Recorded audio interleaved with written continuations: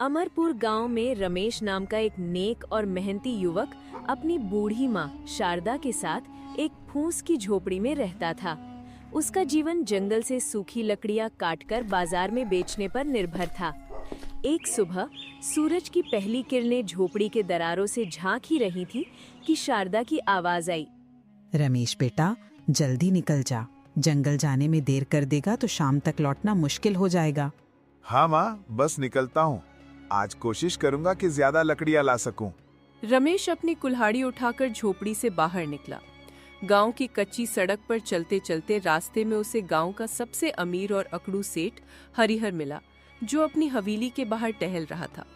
रमेश ने हाथ जोड़कर कहा, प्रणाम सेठ जी। सेठ ने उसे ऊपर से नीचे तक घूरते हुए कहा, अरे रमेश, कहाँ जा रहा है सुबह सुबह कुल्हाड़ी उठाकर? सेठ जी, जंगल जा रहा हूँ लकड़ी काटने।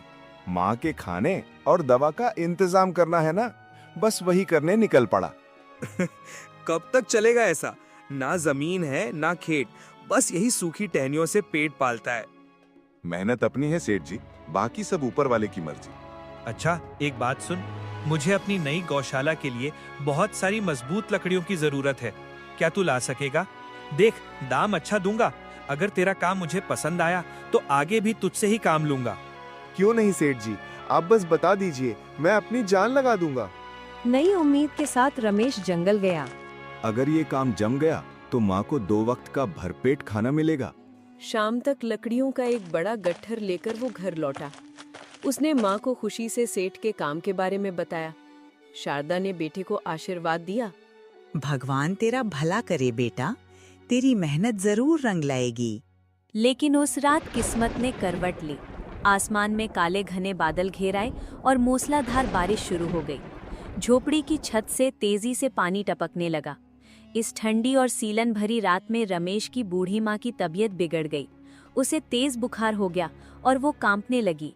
ओ राम, ओ रमेश, मेरा सिर जल रहा है बेटा। वो दर्द से कराहने लगी। रमेश ने माँ के माथे पर हाथ रखा। अरे माँ, तेरा शरीर तो आग की तरह तप रहा है। उसकी आवाज घबराहट से कांप गई।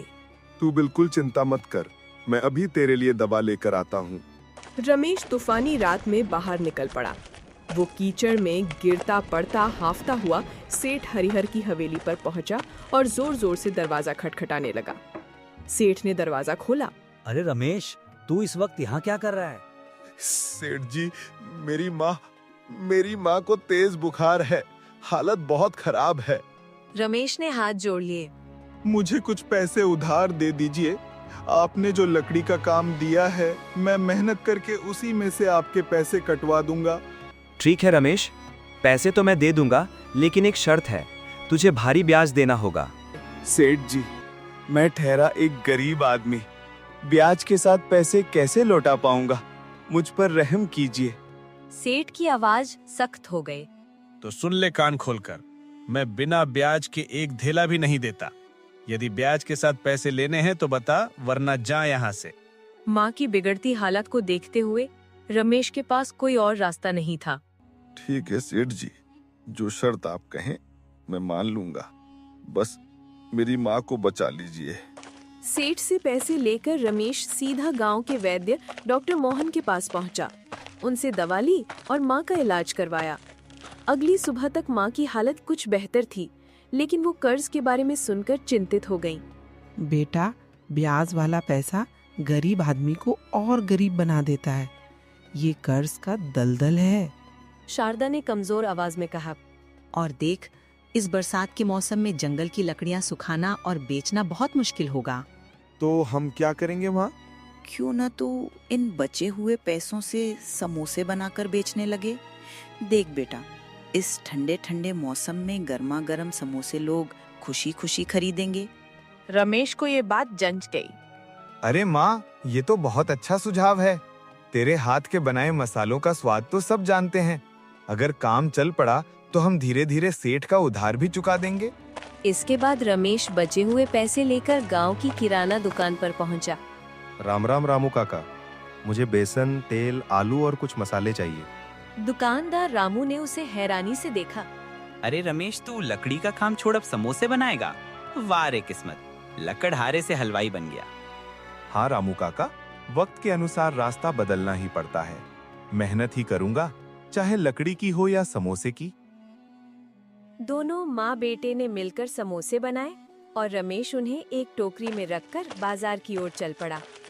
बाजार में रमेश ने सड़क के किनारे एक साफ सुथरी जगह पर अपनी टोकरी रखी और आवाज लगाई, गर्मा गर्म समोसे, ताजे और स्वादिष्ट समोसे, ले लो भाई ले लो। पास ही मनोज नाम का एक घमंडी आदमी भी समोसे बेचता था, जो वर्षों से बाजार में जमा हुआ था। एक नए प्रतियोगी को ठीक अपने सामने देखकर वो जल भुन गया। ये लकड़हारा ये समोसे बेचेगा, इसे तो सबक सिखाना ही पड़ेगा। मनोज ने अपने दो हट्टे कट्टे दोस्तों को रमेश के पास भेजा। चल भाई रमेश, 2 समोसे खिला, देखें तो कैसे हैं। रमेश ने खुशी खुशी उन्हें समोसे दिए। दोनों आदमियों ने एक एक निवाला खाया, चेहरे बिगाड़े और समोसे जमीन पर फेंक दिए। अरे ये क्या बनाया है? थू, बिल्कुल बेस्वाद। न नमक है न मसाले का कोई स्वाद, ये तो मिट्टी जैसा है। आसपास खड़े अन्य ग्राहक जो रमेश से खरीदने की सोच रहे थे, ये देखकर ठिठक गए। मनोज ने जोर से चिल्लाया, अरे भाइयों, क्यों उन बेस्वाद समोसों के चक्कर में पड़े हो? आओ मेरे पास आओ, यहाँ चटपटा और मजेदार समोसा मिलेगा। सारे ग्राहक मनोज के ठेले की ओर बढ़ गए। रमेश अकेला अपनी टोकरी लिए बैठा रह गया। उसका चेहरा उतर गया। वो निराश होकर लगभग सारे समोसे वापस घर ले आया। माँ, बाजार में सबने मेरे समोसे बेस्वाद कहकर फेंक दिए, किसी ने पसंद नहीं किए। वो अपनी माँ से बात कर ही रहा था कि बाहर से सेठ हरिहर के गरजने की आवाज आई। अरे रमेश, कहाँ है तू? बाहर आ, आज तेरे कर्ज के ब्याज का पहला दिन है, हिसाब करना है। रमेश और उसकी माँ सहम गए।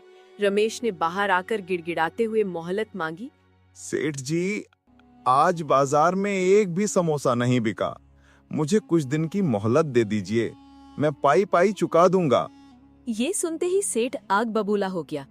अरे मुझे बेवकूफ मत बना, तेरे समोसों का क्या भरोसा, बिके या ना बिके, मैं कब तक बैठा रहूं? सुन ले रमेश, जब तक तू मेरा ब्याज समेत पूरा पैसा नहीं लौटाता, आज से ये झोपड़ी मेरी हुई, ये मेरे पैसों के बदले गिरवी है। सेठ जी, ऐसा मत कीजिए, मेरी बूढ़ी माँ है, हम कहाँ जाएंगे? वो मैं नहीं जानता, निकलो यहाँ से। रोते हुए रमेश और शारदा ने अपना बचा खुचा सामान उठाया और गांव से बाहर निकल गए। चलते चलते वे नदी किनारे पहुंचे और वहीं सूखी लकड़ियों, बांस और पत्तों से रहने लायक एक छोटी सी कच्ची झोपड़ी बना ली। अगले दिन रमेश के पास जो थोड़े बहुत समोसे बचे थे, उन्हें फिर से टोकरी में रखा और बाजार की ओर चल पड़ा। उसका दिल बैठा हुआ था, पर माँ की हिम्मत ने उसे टूटने नहीं दिया था। वो सड़क किनारे उसी जगह पर बैठ गया और धीमी आवाज में आवाज लगाने लगा। उसी समय एक बूढ़ा कमजोर आदमी, जिसके कपड़े फटे हुए थे, लाठी टेकते हुए मनोज के ठेले के पास पहुंचा। बेटा, सुबह से कुछ नहीं खाया, जरा कुछ खाने को दे दो। मनोज ने उसे घूरकर देखा और गुस्से में चिल्लाया, अरे तुझे दिख नहीं रहा, पैसे हैं जेब में, जाओ आगे बढ़ो, ना जाने कहां कहां से चले आते हैं। बेटा, बहुत भूख लगी है। रमेश का दिल पसीज गया। उसने अपनी कल की नाकामी को भुला दिया। ठीक है बाबा, वैसे भी मेरे समोसे कोई नहीं खा रहा, आप ही खा लीजिए। रमेश ने 2 गर्मा गर्म समोसे बूढ़े आदमी को दिए। बूढ़े ने कांपते हाथों से समोसा लिया और जैसे ही पहला निवाला खाया, उसका चेहरा चमक उठा। वाह बेटा वाह, तुम्हारे समोसे तो बहुत स्वादिष्ट हैं। ऐसा स्वाद तो मैंने कभी नहीं चखा, सचमुच गजब का स्वाद है। बाबा, क्या आप सच कह रहे हैं? कल तो सब कह रहे थे कि मेरे समोसे बिल्कुल बेस्वाद हैं। अरे बेटा, वे लोग झूठ बोल रहे थे, यकीन ना हो तो खुद खाकर देख ले। रमेश ने थोड़ी हिचकिचाहट के साथ टोकरी से एक समोसा उठाया और खाया। अरे ये तो सच में बहुत स्वादिष्ट है। माँ ने कितने सही मसाले डाले हैं। तो फिर उन लोगों ने ऐसा क्यों कहा? बूढ़ा आदमी मुस्कुराया। बेटा, तेरी नीयत साफ है और तेरे दिल में दया है। तूने भूखे को खाना खिलाया है। फिर उस बूढ़े ने एक छोटी सी थैली रमेश को दी। बेटा ये लो, ये एक बहुत ही दुर्लभ जड़ी बूटी है, इसे जब भी अपने समोसे के मसाले में मिलाएगा, तेरे समोसों का स्वाद और सुगंध कई गुना बढ़ जाएगा। लोग खिंचे चले आएंगे। लेकिन याद रखना, ये बूटी सिर्फ भलाई और ईमानदारी के काम में ही इस्तेमाल करनी है। अगर मन में लालच आया तो ये अपना असर खो देगी। रमेश और माँ ने मिलकर फिर से समोसे बनाए। इस बार जब माँ मसाला कूट रही थी, रमेश ने बाबा की दी हुई जड़ी बूटी की एक चुटकी उठाई और मसाले में मिला दी। जैसे ही जड़ी बूटी गरम मसालों में मिली, पूरी झोपड़ी में एक अद्भुत और मनमोहक खुशबू फैल गई। बाजार पहुंचते ही समोसों की उस अनोखी महक ने अपना जादू चलाना शुरू कर दिया। खुशबू चारों ओर फैलने लगी और लोग खुद ब खुद उसकी ओर मुड़कर देखने लगे। अरे भाई, ये खुशबू कहाँ से आ रही है? हाँ भाई, जल्दी से 2 समोसे खिलाओ, हमसे तो रुका ही नहीं जा रहा। रमेश ने मुस्कुराते हुए उन्हें गर्मा-गर्म समोसे परोसे। जिन्होंने भी समोसा खाया, वे हैरान रह गए। वाह भाई वाह, कमाल कर दिया। तुम्हारे समोसों में तो बिल्कुल अलग ही स्वाद है। ऐसा तो हमने आज तक कहीं नहीं खाया। देखते ही देखते रमेश की टोकरी के पास भीड़ लग गई। उधर मनोज अपने ठेले पर खड़ा मक्खियां मार रहा था। सारे ग्राहक रमेश के पास थे। वो गुस्से और जलन से लाल पीला हो रहा था। दिन बीतते गए। रमेश की मेहनत और जड़ी बूटी की सुगंध ने उसे मशहूर कर दिया। कुछ ही महीनों में रमेश ने सड़क किनारे टोकरी की जगह बाजार में एक छोटी सी दुकान किराए पर ले ली। उसकी माँ अब दुकान पर बैठकर गर्व से अपने बेटे को देखती।